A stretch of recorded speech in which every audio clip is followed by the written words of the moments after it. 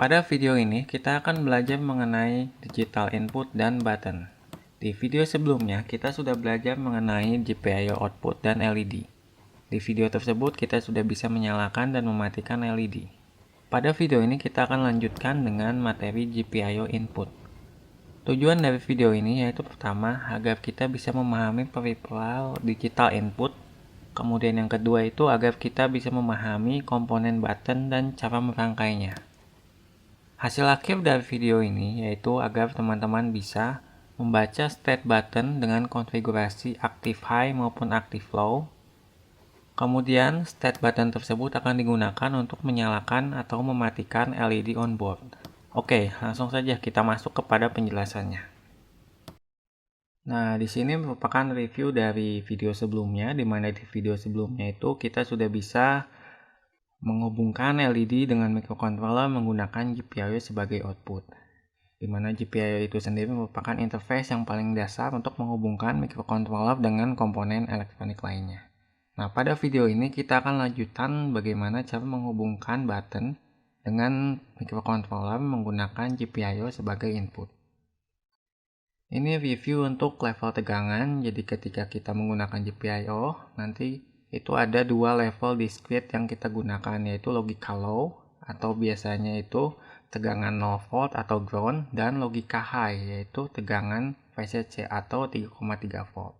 Ini adalah level tegangan yang digunakan oleh ESP32. Nah, kemudian kita masuk ke digital input. Digital input sendiri merupakan cara paling sederhana yang bisa dilakukan oleh microcontroller untuk membaca logic state dari komponen lain. Contohnya di sini kita punya microcontroller ESP32. Kita bisa membaca state dari tombol. Kita juga bisa membaca state misalkan dari rotary encoder, atau kita bisa juga membaca state dari keypad. Atau contoh lainnya bisa juga kita membaca state dari sensor, seperti misalkan sensor-sensor yang outputnya itu adalah digital. Jadi nilainya itu 1 atau 0. Contohnya adalah sensor PIR atau passive infrared yang bisa digunakan untuk mendeteksi keberadaan manusia. Dan kemudian ini adalah GPIO yang ada pada ESP32. GPIO yang bisa digunakan sebagai output itu biasanya bisa digunakan juga sebagai input. Jadi di sini ada beberapa GPIO yang bisa kita gunakan juga untuk input. Seperti pada gambar ini. Nah, untuk framework Arduino untuk digital input sebenarnya mirip dengan yang digital output. Untuk fungsi yang pertama yaitu pin mode. Di sini fungsi tersebut ada dua input argumennya, yaitu pin mana yang mau kita konfigurasi dan juga modenya apa. Dan pada kasus ini kita memilih modenya mode input, bukan mode output. Kemudian fungsi lainnya yaitu fungsi digital read. Fungsi digital read ini fungsinya untuk membaca state dari GPIO input tersebut, di mana input argumennya adalah pin GPIO yang akan kita baca. Dan jika kita memanggil fungsi ini, maka dia akan memberikan hasil yaitu state dari GPIO yang kita baca tersebut, entah itu low atau high. Nah, sekarang kita masuk ke pembahasan lain, yaitu pembahasan mengenai button atau switch. Button atau switch merupakan komponen elektronika yang berfungsi untuk menyambungkan atau memutuskan jalur aliran listrik. Contohnya seperti ini bentuknya. Ada berbagai macam switch yang tersedia di pasaran, mulai dari yang paling kecil sampai yang paling besar. Kemudian, bagaimana kita bisa merangkai button tersebut dengan microcontroller? Jadi, ada dua rangkaian juga, seperti di rangkaian LED, ada rangkaian active low dan juga ada rangkaian active high. Rangkaian yang pertama ini adalah rangkaian active low, atau bisa disebut juga rangkaian dengan pull-up resistor. Nah, kenapa dinamakan pull-up resistor? Ini dinamakan pull-up itu karena pull itu kan bahasa Indonesia menarik, up itu ke atas. Jadi bisa dianalogikan dia menarik ke atas. Ke atas itu adalah ketegangan 3,3 volt. Kemudian di sini ada pin inputnya. Kemudian di sini ada buttonnya dan dihubungkan ke ground. Nah, ketika tombol itu ditekan, maka logic yang terbaca di sini adalah logic low atau 0 volt. Sedangkan ketika tombol itu tidak ditekan, logic yang terbaca di sini adalah logic high atau 3,3 volt. Maka dari itu namanya adalah active low. Karena ketika tombol tersebut diaktifkan, maka logic yang terbaca adalah logic low. Dan kemudian ini adalah analisis lebih mendalam bagaimana cara rangkaian pull up atau active low ini bekerja. Di sini kita punya rangkaian pull up sama seperti yang di slide sebelumnya. Kita punya 3,3 volt resistornya, terus tombolnya, dan dihubungkan ke ground. Nah, kemudian di sini masuk ke GPIO input dari microcontroller tersebut. Nah, GPIO input microcontroller itu bisa kita modelkan seperti ini gitu. Jadi di dalamnya itu ada semacam impedansi yang nilainya biasanya tuh sekitar 100 kilo ohm sampai 1 mega ohm. Jadi biasanya juga disebut sebagai high impedance. Nah, kemudian kita bisa modelkan dengan menggunakan rangkaian pengganti. Rangkaian penggantinya tuh seperti ini. Ketika button ditekan itu seperti ini. Nah, kenapa di sini yang tadinya tombol berubah jadi resistor 1 ohm. Nah, ketika tombol ditekan, itu kan sama saja seperti menghubungkan arus listrik dari ground ke titik ini. Sehingga tombol itu sendiri, secara teori dia hambatannya atau resistensinya itu sebenarnya 0 ohm. Tapi dalam praktik, itu pasti ada sedikit hambatan. Dan kalau kita ukur dengan multimeter, itu biasanya sekitar kurang dari atau sama dengan 1 ohm. Nah, pada rangkaian pengganti ini kita gantikan menjadi 1 ohm ketika tombol tersebut ditekan. Nah, kemudian bagaimana cara menghitungnya? Pertama, kita hitung dulu resistor pengganti paralel. Jadi, resistor 1 mega ohm kita paralel dengan 1 ohm. Hasilnya adalah 1 ohm. Sebenarnya 0,99, cuma kita bulatkan supaya gampang jadi 1 ohm. Kemudian setelah kita dapat rangkaian pengganti paralel, kita mau menghitung tegangan VI ini berapa.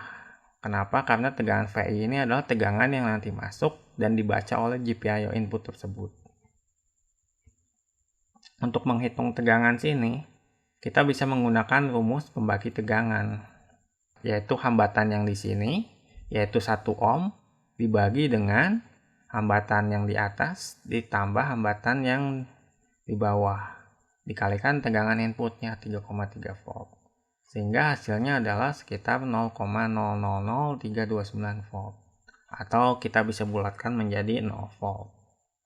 Nah, itulah alasannya kenapa ketika kita tekan, tegangan di sini 0 volt, sehingga logic yang terbaca itu low. Nah, jika tombol tersebut tidak ditekan, maka rangkaian penggantinya itu seperti ini. Karena ini tidak ditekan, berarti sama saja tidak ada hubungan ke ground. Sehingga di sini bisa dihilangkan. Jadi yang terjadi yaitu hanya 2 resistor ini saja. Ini rangkaian penggantinya ketika tidak ditekan. Dan bagaimana menghitung VI-nya? Kita bisa hitung dengan rumus pembagi tegangan juga. Tegangan yang di sini, VI adalah resistor yang di sini 1 mega dibagi resistor di atas ditambah resistor 1 meganya dikali 3,3 volt. Hasilnya adalah 3,267. Dan ini bisa kita bulatkan menjadi 3,3 volt. Nah, itulah alasannya kenapa ketika ini tidak ditekan, GPIO ini akan terbaca nilai high. Karena di sini tegangan juga 3,3 volt. Nah, ini adalah analisis lebih mendalam bagaimana rangkaian pull up bekerja. Kemudian kita masuk ke rangkaian yang kedua, yaitu rangkaian pull down. Kenapa ini dinamakan pull down? Pull itu bisa kita artikan sebagai menarik, dan down itu bawah. Jadi menarik ke bawah. Di sini resistor pull down dia menarik ke bawah, yaitu ke ground. Itu alasannya kenapa namanya pull down resistor. Dan rangkaian dengan pull down resistor ini sifatnya adalah active high. Jadi ketika tombol itu ditekan, maka yang terbaca di input pin adalah logika high atau 3,3 volt. Ketika tombol tersebut tidak ditekan, yang akan terbaca adalah logika 0 volt atau logika low. Nah, bagaimana sih cara kerja detailnya dari rangkaian pull down tersebut? Sama seperti tadi, kita punya rangkaian tersebut di sini, rangkaian pull down. Kemudian kita bisa modelkan dengan rangkaian pengganti. Sama seperti tadi, ketika tombol tersebut ditekan, maka kita bisa gantikan menjadi sebuah resistor yang nilainya sangat kecil, yaitu 1 ohm. Kemudian dari sini kita bisa analisis rangkaian resistor tersebut. Caranya mirip seperti tadi, kita hitung resistor pengganti paralelnya dulu yang di sini, yaitu 1 mega ohm diparalel dengan 10 kilo ohm. Hasilnya yaitu mendekati 10 kilo ohm. Nah, kemudian langkah selanjutnya kita menghitung VI-nya, yaitu tegangan yang akan nanti dibaca oleh GPIO-nya. Dimana caranya adalah dengan rumus pembagi tegangan. Kita mau tahu tegangan di sini yaitu resistor yang di sini 10 kilo ohm dibagi dengan resistor yang di atas ditambah resistor yang 10 kilo ohm tadi itu. Dikalikan dengan supply-nya 3,3 sehingga didapatkan 3,299 volt atau bisa dibulatkan menjadi 3 volt. Nah, itulah alasannya kenapa ketika kita tekan tombolnya di sini, tegangan VI-nya adalah 3,3 volt sehingga GPIO akan membacanya sebagai logika high. Nah, kemudian untuk selanjutnya bagaimana analisisnya ketika tombol tersebut tidak ditekan. Nah, ketika tidak ditekan, maka koneksi untuk ke 3,3 volt ini bisa dihilangkan. Sehingga ya sama saja rangkaiannya seperti ini. Dan karena di rangkaian ini tidak ada supply sama sekali, dia hanya terkoneksi ke ground, maka kita tidak perlu repot-repot melakukan perhitungan, bisa kita langsung simpulkan VI ini adalah 0 volt. Karena tidak ada supply sama sekali di sini. Jadi ketika tombol tersebut tidak ditekan, VI-nya adalah 0 volt, sehingga yang terbaca oleh GPIO adalah logika low. Nah, jadi begini teman-teman, bagaimana cara menganalisis rangkaian pull down dan juga pull up tersebut. Nah, kemudian selanjutnya yaitu bagaimana kita menentukan nilai resistor untuk pull up dan pull down. Nah, jadi sebenarnya untuk resistor ini ada rule of thumb-nya, yaitu resistor yang biasa digunakan untuk pull up dan pull down itu berkisar antara 3,3 kilo ohm sampai 10 kilo ohm. Nah, kenapa? Karena resistor pull up dan pull down ini tidak boleh terlalu besar, tapi tidak boleh juga terlalu kecil. Kalau dia terlalu kecil, maka nanti akan terjadi adalah dia akan boros power ketika tombol tersebut ditekan. Kalau dia terlalu besar, kemungkinan dia akan membaca logik yang salah. Nah, jadi itu tidak boleh terlalu kecil, tidak boleh terlalu besar. Nilai yang biasa digunakan yaitu 3,3 kilo ohm sampai 10 kilo ohm. Biasanya saya pakai 10 kilo ohm. Dan untuk desain yang membutuhkan low power, itu biasanya bisa digunakan resistor yang lebih besar, misalkan 50 kilo ohm sampai 100 kilo ohm.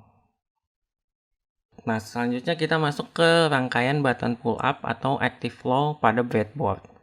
Nah, di sini bisa kita lihat rangkaiannya seperti ini. Jadi di sini ada 3,3 volt yang dihubungkan ke resistor 10 kilo ohm.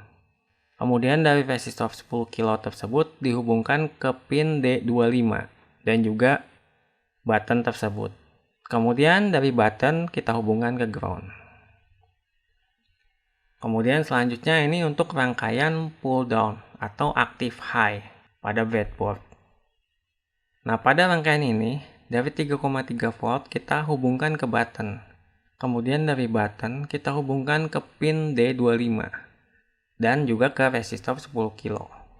Setelah itu dari resistor 10 kilo ohm kita hubungkan ke ground. Nah, kemudian ini adalah source code untuk pull up. Projectnya itu bernama ESP32 DevKit PIO button pull up. Nah, di sini di line pertama seperti biasa kita ada include.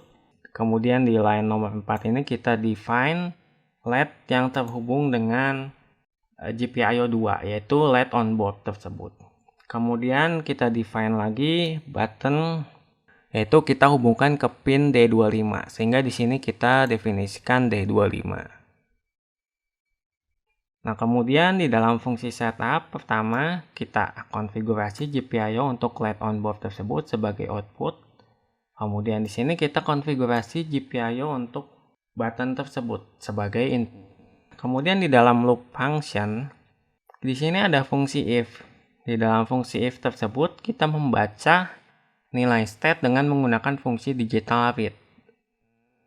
Button GPIO yang dibaca yaitu GPIO button pin, yaitu nomor 25. Nah, kemudian setelah kita di sini baca nilai state-nya, kita bandingkan apakah nilai state-nya low atau tidak. Jika iya, maka itu berarti tombol ini ditekan. Kenapa? Karena di sini rangkaian pull up itu dia active low. Active low itu akan aktif, akan ditekan ketika nilainya low. Jadi ketika nilainya low, ketika ditekan, kita akan nyalakan LED-nya dengan menggunakan fungsi digital write. Sebaliknya, jika tombol tidak ditekan, else, maka kita matikan LED-nya dengan menulis logika low ke LED tersebut. Nah, begini cara kerja untuk program button pull up. Kemudian ini adalah hasil dari button pull up. Hasil button pull up itu akan bernilai low jika kita tekan tombolnya, dan nilai low ini kita hubungkan dengan fungsi if untuk menyalakan LED, sehingga di sini di video ini bisa dilihat ketika kita tekan tombolnya maka LED-nya akan menyala. Nah, kemudian untuk source code button pull down itu seperti ini. Untuk codingannya sendiri sebenarnya sangat mirip dengan yang tadi button pull up. Untuk definisi LED pin-nya sama, untuk button pin-nya juga sama. Untuk konfigurasi pin mode-nya juga sama untuk baik LED maupun tombolnya. Di sini yang berbeda hanya logikanya. Kalau tadi itu kan active low, nah sekarang jadi active high. Jadi ketika ditekan itu logikanya high. Jadi ketika logikanya high, maka dia akan menyalakan LED-nya. Ketika dia logikanya low, else, maka dia akan mematikan LED-nya. Jadi perbedaannya hanya di sini saja, di line 19. Kemudian jika kita jalankan program ini, maka hasilnya seperti ini. Hasilnya sama sebenarnya seperti yang sebelumnya. Hanya saja di rangkaian ini, ketika tombol tersebut ditekan, maka nilainya akan terbaca high. Dan high ini kita hubungkan dengan fungsi if untuk menyalakan LED. Bedanya di sini active high, yang sebelumnya active low. Nah, kemudian kita masuk kepada bagian terakhir, yaitu kesimpulan. Kesimpulan yang pertama yaitu, digital input dapat kita gunakan untuk membaca logic state dari komponen digital. Kemudian yang kedua yaitu, terdapat dua jenis rangkaian button atau switch yang biasa digunakan, yaitu active low dengan pull up resistor, dan active high dengan pull down resistor. Oke, sampai di sini dulu untuk video ini. Sampai jumpa di video selanjutnya.